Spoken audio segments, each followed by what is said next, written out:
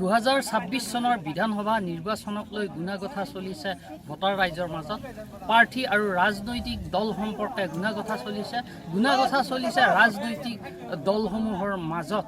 আমি বৰ্তমান উপস্থিত আছোঁ চিপাঝাৰৰ চৰচাপৰি অঞ্চলত। এই চৰচাপৰি অঞ্চল য'ত নেকি কৃষিজীৱী লোকসকলে বাস কৰে। চাৰিওফালে মোৰ সহযোগীয়ে দেখুৱাইছে এই বৃহত্তৰ অঞ্চলটো খেতি বাতিৰে ভৰা। ইয়াৰ ভূমি এয়া ব্ৰহ্মপুত্ৰৰ পাৰৰ চৰচাপৰি অঞ্চল। আৰু এই চৰচাপৰি অঞ্চলত আমি আহি আজি উপস্থিত হৈছোঁ প্ৰকৃততে তেওঁলোকৰ মনৰ বতৰা ইলেকশ্যনত নিৰ্বাচনত কি কৰিব তেওঁলোকে, প্ৰাৰ্থিত্ব সম্পৰ্কত কি গুণাগথা চলিছে, দল সম্পৰ্কত কি চিন্তা কৰিছে আৰু তেওঁলোকৰ প্ৰকৃত সমস্যা কি, চৰকাৰে তেওঁলোকৰ মনে বিচৰা ধৰণে সমস্যাসমূহৰ তেওঁলোকে মোকাবিলা কৰিব পাৰিছে নে নাই। কি ক'ব, যিহেতু 2026 বিধানসভা নিৰ্বাচন আহি আছে, আপোনালোকে চৰচাপৰি অঞ্চলৰ মানুহে কি ভাবিছে ইলেকশ্যনত বা নিৰ্বাচনত কেনেকুৱা প্ৰাৰ্থী কাক বিচাৰে আপোনালোকে? আমি বিচাৰোঁ ফাৰ্ষ্ট 1 নম্বৰত বিচাৰোঁ আমি ভাৰতীয় জনতা পাৰ্টি বিজেপি দলটো আমি বিচাৰোঁ। আমি বিজেপি দলৰ লগত আছোঁ। এতিয়া আমাৰ চিপাঝাৰ সমষ্টিত ডক্টৰ পৰমানন্দ ৰাজবংশী ডাঙৰীয়া আছে, ৰানিং MLA, মানুহজন ভাল, তাক আমি বিচাৰোঁ যে আকৌ আগন্তুক দিনত যিয়ে টিকট পাক তেখেতে টিকট পাক, আমি তাৰ লগত থাকি মানুহজন ধৰ্ম নিৰপেক্ষ মানুহ বুলি আমি গণ্য কৰিছোঁ।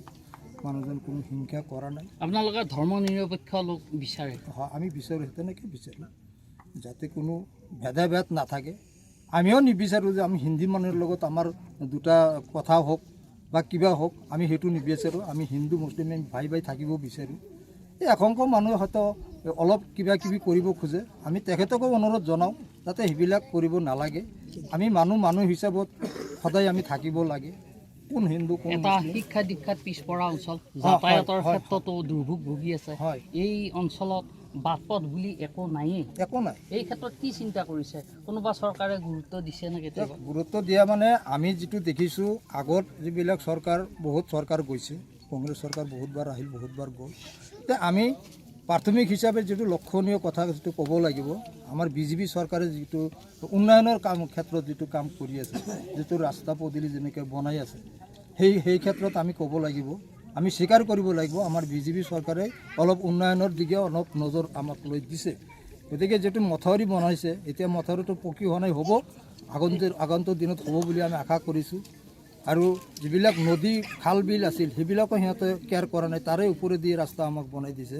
মানুহখিনি যাতায়াতৰ কাৰণে বঢ়িয়া এটা সুবিধা হৈছে। তাৰ কাৰণে আমি বিজেপি দলক আমি বিজেপি চৰকাৰক আপোনালোকে মূলতঃ কৃষিজীৱী মানুহ, খেতিৰ ওপৰতে নিৰ্ভৰশীল, আপোনালোকে নিজেও উপাৰ্জন কৰে আৰু এই খেতি সামগ্ৰী ৰাজ্যৰ বিভিন্ন স্থানলৈ যায়। এই খেতি বাতি কৰোঁতে চৰকাৰী কিবা সা সুবিধা পায় নে নাপায়? নাই, আমি চৰকাৰী হিচাপত এই খেতি বাতি কৰাৰ কাৰণে আমি সুবিধা পোৱা নাই, যিহেতু মাটিৰ ৰেকৰ্ড নাই। খেতি বাতি কৰাৰ কাৰণে কৃষি মাটিৰ ৰেকৰ্ডটো নোহোৱাৰ কাৰণে সাহায্যটো নাপাওঁ। কিন্তু হ'লেও আমি কষ্ট কৰিব জানো, আমাৰ মানুহবিলাকে কষ্ট কৰিব জানে, বালি মাটিতো খেতি কৰিব পাৰে। সেই হিচাপত মানে এটা নজৰ এসংখ্য মানুহ লাগি গৈছে। বালি বুলি এৰিছে মাথাউৰিৰ বাহিৰত, আমি বালিতে আছোঁ, নদীতে আছোঁ, তাৰে মাজতে এনেকৈ ফচল দেখা গৈছে। তাৰ কাৰণে এসংখ্য মানুহৰ এটা লোভ লাগিছে। নিশ্চয় আমি সেই বিষয়ে কথা পাতিম। আন এগৰাকী নেতৃস্থানীয় লোক আছে ইয়াতে। আপোনালোক প্ৰধান সমস্যাটো কি সমস্যাত ভুগিছে বৰ্তমান? আমি ইয়াতে সমস্যা বুলি ক'লে আমাৰ মানে একোৰি সমস্যাৰে আমি জৰ্জৰিত। এয়া চৰ অঞ্চল, এইটো কিৰাকাৰা অঞ্চল, আৰু এই অঞ্চলটো দ অঞ্চল। এই অঞ্চলত বানপানী হয়, বানপীড়িত অঞ্চল। আৰু বিশেষকৈ আমাৰ ইয়াতে এটা খেতিয়ে বিশেষকৈ হয়, এইটো মাকৈ খেতি হয়। আৰু এই মাটিটো আমাৰ 6 মাহটো ক'ব গ'লে পানীৰ তলতে থাকে আৰু বালিচহীয়া মাটি। তাৰপিছতো বহু কষ্ট কৰি আপোনালোকে খেতি আমি বহুত আমাৰ ইয়াৰ এটা নতুন সমস্যা পাইছে আপোনালোকক, যিটো ভূমি অধিগ্ৰহণ চলি আছে। কোনোবা কৰ্তৃপক্ষই গম নোপোৱাকৈ বা চৰকাৰে গম নোপোৱাকৈ ইয়াতে বেনাৰ লগাইছে। হয়, বেনাৰ লগাৰ ক্ষেত্ৰতে আমি জনাত আপোনালোকে ৰাইজকো সুধিব পাৰে। এই যে প্ৰকল্প আছে, প্ৰকল্পৰ মানে কিছুমান নেতৃবৰ্গ মানে কৰ্মচাৰীসকলে, তেখেতসকলে মানে মইমতালি বুলি ক'লেও ভুল নহ'ব। ইফালে এটা এটা পথাৰত আগতে হেৰি কৰিছে যে এইখিনি আমাৰ মাটি মানে প্ৰকল্পৰ মাটি হৈছে আৰু এই মাটিটো আপোনালোকে লিজত লওক। ময়ো তেওঁলোকৰ লগত কথা পাতিছোঁ, মই কৈছোঁ যে নাই আপোনালোকৰ পৰা আমি কেনেকৈ লিজত ল'ম। এতিয়া আমাৰ মাটি আমি সেই 40-50 বছৰৰ ইয়াতে বসতি মাটি, হয়তো নদী এবাৰ যায়, নদীৰ মাটি এবাৰ যায় এবাৰ উঠে, এই মাটিৰ কোনো নিশ্চয়তা নাই, আজি আছে কালি ইয়াতে নাথাকিব পাৰে। এই মাটিটো উঠিছে, এই মাটিটো আৰু বিশেষ ওখ মাটিটো ছাৰ্ভে হৈ গৈছে, এইটো ইণ্ডিভিজুৱেলৰ দাগ নাম্বাৰ বহি গৈছে আৰু চেণ্ট্ৰেল টিমে আহি পেলাই ছাৰ্ভে কৰিছে আৰু তেওঁলোকে কৈছে আপোনালোকৰ কাৰণে সুখ হ'ব, এই মাটিটো হয়তো ভৱিষ্যতত মেডি মাটি হ'বৰ কাৰণে এটা আশা আছে। গতিকে এই সময়তে তেখেতসকল আহি ইয়াতে বেনাৰ পোষ্টাৰ লগাই আছে আৰু কৈছে আমাৰ প্ৰকল্পৰ আণ্ডাৰত লৈ লৈছোঁ। আৰু এই বিষয়ে লৈ আমি জিলা প্ৰশাসনক, বিধায়ক, MP মহোদয়ক, আমাৰ বিজেপি নেতৃবৰ্গসকলক আমি এইবিলাক অৱগত কৰিছোঁ। আৰু ইয়াৰ মানুহখিনি 100% বুলি ক'লেও ভুল নহ'ব, এই মানুহখিনি বিজেপিমুখী হৈ গৈছে। যোৱা লোকসভাৰ পৰা আমি দেখাই দিছোঁ, বিজেপিত ভোট দি দেখাই দিছোঁ, কংগ্ৰেছৰ চেণ্টাৰ নীল বনোৱাৰ কাৰণে চেষ্টা কৰিছিলোঁ, হয়তো ক'ৰবাত 4-5টা পাব পাৰে। আৰু আমাৰ আগত মানে সমাগত বিধানসভা আহি আছে, এই বিধানসভাত আমি ডক্টৰ পৰমানন্দ ৰাজবংশীক বিচাৰোঁ। মুৰব্বী এজনে কৈ গৈছে আপোনালোক, তেখেতে এজন ভাল মানুহ, তেখেতে কোনো জাত পাতৰ কথা নাই, তেখেতক আমাক লাগে আৰু তেখেতৰ জৰিয়তে আমি এই গোটেই চৰ অঞ্চল উন্নয়ন হোৱাটো বিচাৰোঁ। তেওঁ সাহিত্য জগতৰ পৰা আহিছে, আপোনালোকে জানে, তেওঁ এজন যথেষ্ট ভাল মানুহ। গতিকে এনেকুৱা ভাল মানুহ আমাৰ ইয়াতে লাগে। আৰু আপোনালোকে এয়াও জানে, সমষ্টিৰ ৰাতি 12টা নাই, পুৱাই মানে মৰ্ণিঙতে তেওঁক লগ পাব পাৰি। এনেকুৱা বিধায়ক আমি আগতে পোৱা নাই, এইবাৰ পাইছোঁ।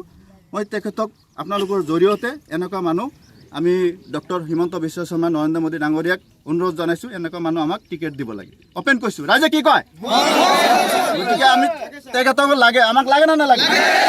আমাৰ পৰমানন্দ ৰাজবংশীক লাগে। ইয়াতে যদি কোনোবাই কিবা কৰিছে, 2 নম্বৰী ধান্দা কৰি আছে, পইচা পাতি উঠাই আছে, এইটো নাজানে। আমি বিশেষকৈ মাননীয় মুখ্যমন্ত্ৰী অনুৰোধ জনাইছোঁ যে ছাৰ, আমাৰ মানুহখিনি আপোনালোকৰ মানুহ, এই মানুহখিনি যথেষ্ট কষ্ট পৰিশ্ৰম ভৰা মানুহখিনি, ৰাতি নাই দিন নাই, মানে মাটিৰ লগতে মিহলি থকা মানুহ, মাটিৰ লগত বিলীন হৈ আছে মানুহখিনি, এই মানুহখিনিক অলপ সকাহ দিয়ক। এই মানুহখিনি যাতে এই মাটিৰ দৰকাৰ যাতে নাযায়, প্ৰকল্পত নাযায়। প্ৰকল্পত যথেষ্ট পৰিমাণে মাটি আছে আৰু প্ৰকল্পৰ ক্ষেত্ৰত মই ক'ব বিচাৰিছোঁ যথেষ্ট পৰিমাণে সহায় কৰিছোঁ, আমাৰ ৰেকৰ্ড আছে তাতে।